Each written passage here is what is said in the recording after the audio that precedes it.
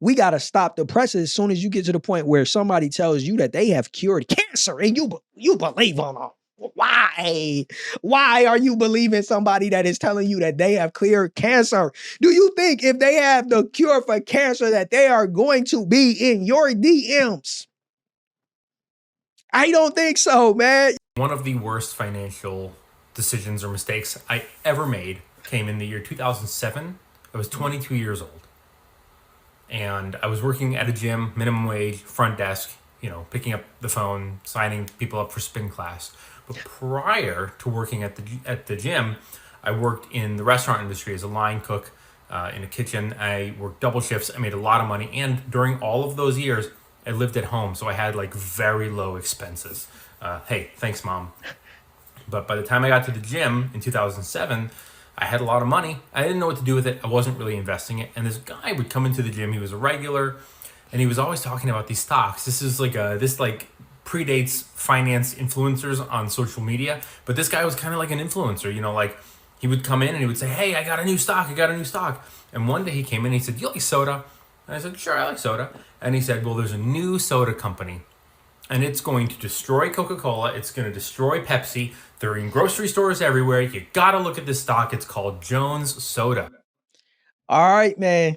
He bought into it. He believed it. He believed Jones Soda was going to destroy Pepsi and Coca-Cola. Insane. So much to talk about. So first and foremost, I want to give the guy credit, right? Like he's telling a story of something that happened to him when he was young. And I recognize that when you're young, you don't really have the know-how. You don't really, in some cases, have the street smarts to navigate the world. And he definitely fell for the okie doke. He thought he had come into a way to get away from that minimum wage job and come up on a quick play. I think it's interesting the fact that he didn't allude to whether or not he invested, and if so, how much he did invest.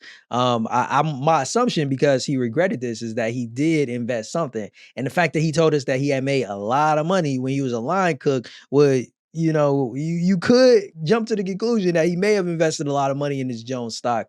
And unfortunately, that didn't turn out the way that he wanted. And I actually looked up the Jones stock, that Jones Soda stock right now today is trading, or I should say not today. The last time I checked it, right, it was trading at 27 cents. So yeah, it definitely ain't no Titan in the game. It definitely didn't beat Coca-Cola or Pepsi or none of that. And I think one of the main things I want to talk about is, what happens when people do come into money. Like for many people, having a lot of money can become a more of a burden or a trap than they realize. Like, and this is hard for people to wrap their head around, especially when they're in a position where they're still building up their money, where they're not in a position where they're not fending for their survival or grinding and having to work their butt off for cash. But when you get to a place where they would say you're flush with cash.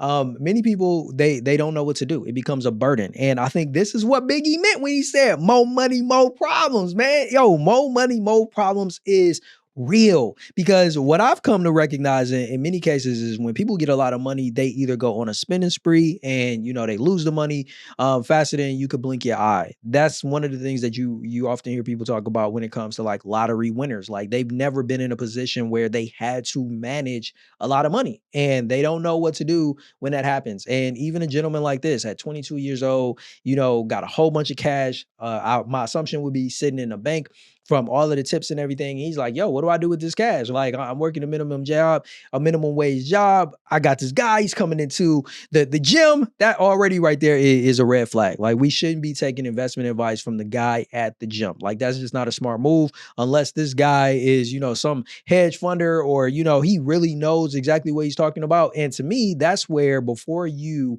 go and execute on any advice that somebody else is giving you, one, you got to always do your research.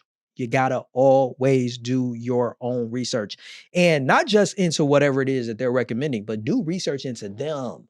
How long have they been doing what they're telling you to do? And what results have they reaped?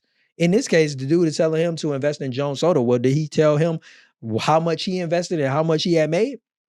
Like, so it's really important to do your due diligence, man. And this is my rule. If it sounds like it is a good deal that is too good to be true, More than likely, it is.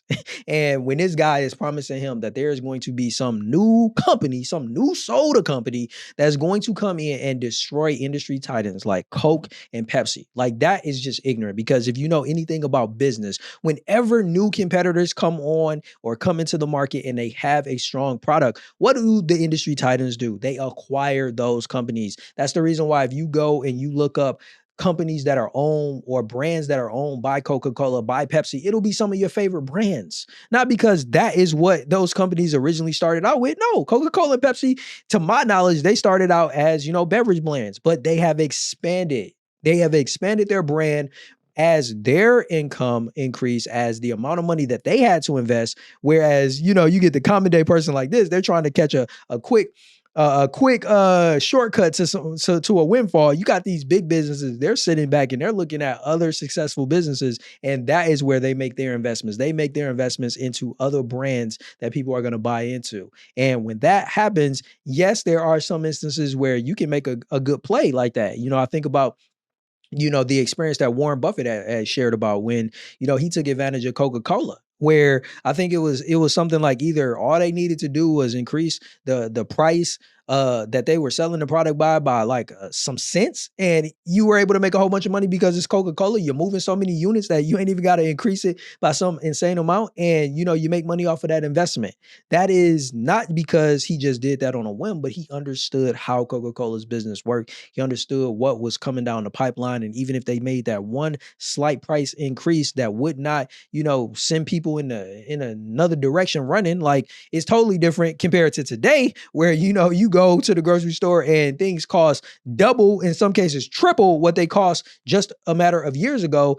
Man, what's a few cents? Like most people aren't going to bulk over that, right? Or, get up in arms about it. So it's really important, most importantly, to do your due diligence before you before you invest into anything, no matter how good the deal sounds. Always, always, always do your own research. But that's not all we got, man. I got another clip that I want to share with you guys. So let's get into this one. Tell you guys how I paid $7,800 and basically got nothing from it. In early 2023, I started developing a severe rash that covered my body head to toe. I was desperately seeking answers, and all my doctors would tell me that my labs looked normal, even though I was constantly getting sick. In February of 2023, Rachel of Rachel Shear Nutrition slid into my DMs and started messaging me and asking me a lot of personal questions about my health. At the time, I had no idea who she was, so when I went on her profile, it looked like she was a medical professional. She pursued me from February of 2023 up until December of 2023, and each and every single month she would ask me about my health and how I was doing. In July of 2023, I ended up getting diagnosed with a tumor in my sciatic nerve. Due to its location, they couldn't biopsy it, and they could not tell me if it was benign or malignant, so I would constantly have to do MRI scans every 6 months to find out if there was any changes to it. I was always at the doctor's office is what it seemed like, and I was not getting the answers that I felt like I needed to get. Rachel and her team ended up convincing me that her program was for me because they would tell me things like optimal healing and that I was in the right place and that this was time to fix it once and for all, as well as telling me about situations where they have helped people with lupus, Lyme disease, chronic illnesses, even cancer. We gotta stop there. Oh my goodness. Yo, this story right here is insane. Now, here's my thing.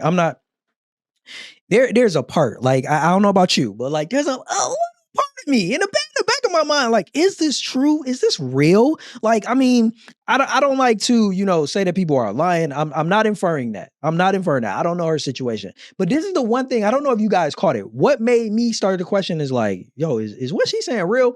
Is she said that she had a rash that covered her entire body from head to toe. But I gotta give her, look at her, how clear her skin is. Like it's either somewhere she figured out how to get that thing cleared up like crazy.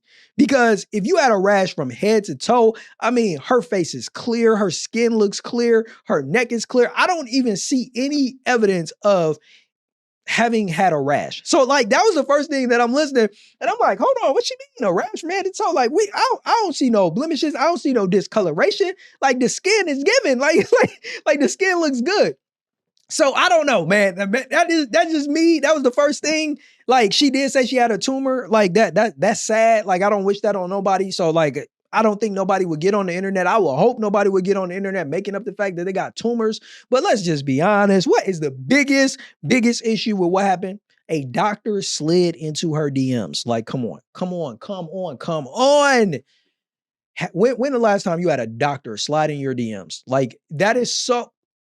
What doctor is sliding in DMs? I don't. If a doctor has time to slide in your DMs, what are they doing with their life? Like, real talk.